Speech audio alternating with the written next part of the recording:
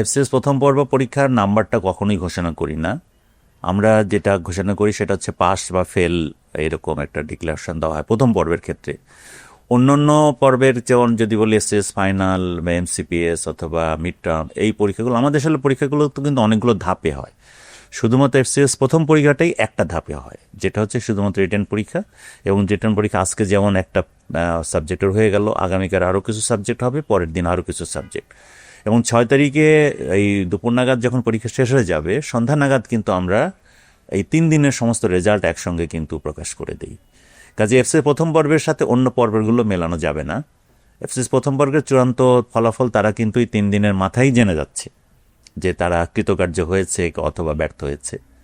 অন্যান্য সাবজেক্ট, অন্যান্য পরীক্ষা যেগুলো, যেমন আমি বললাম যে এফসিপিএস চূড়ান্ত পরীক্ষা যেটা ফাইনাল, এমসিপিএস এবং মিড টার্ম পরীক্ষা, এই পরীক্ষাগুলোতে সাধারণত আমাদের কতগুলো ধাপ আছে। একটা হচ্ছে রিটেন পরীক্ষাতে যারা মানে কোয়ালিফাই করবে, আমরা পাস বলি না, কোয়ালিফাই করবে, তারা পরবর্তীতে অস্কি পরীক্ষাতে অংশগ্রহণ করে, অথবা এমসিপিএস পরীক্ষার ক্ষেত্রে ক্লিনিক্যাল অ্যান্ড ভাইভা পরীক্ষাতে অংশগ্রহণ করার সুযোগ পায়।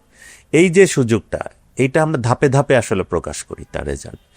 এবং ধাপে ধাপে প্রকাশ করার পরে সর্বোচ্চ ধাপে যে আসলে তার ফাইনাল পাস অথবা অকৃতকার্য সেটা ডিক্লেয়ার করা হয়।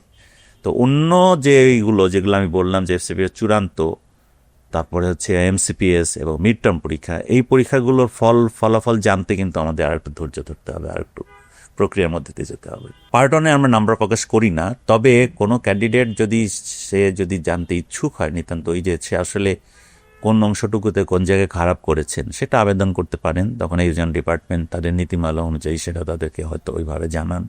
কিন্তু নাম্বার প্রকাশ আমরা করি না কোনো ক্যান্ডিডেটেরই।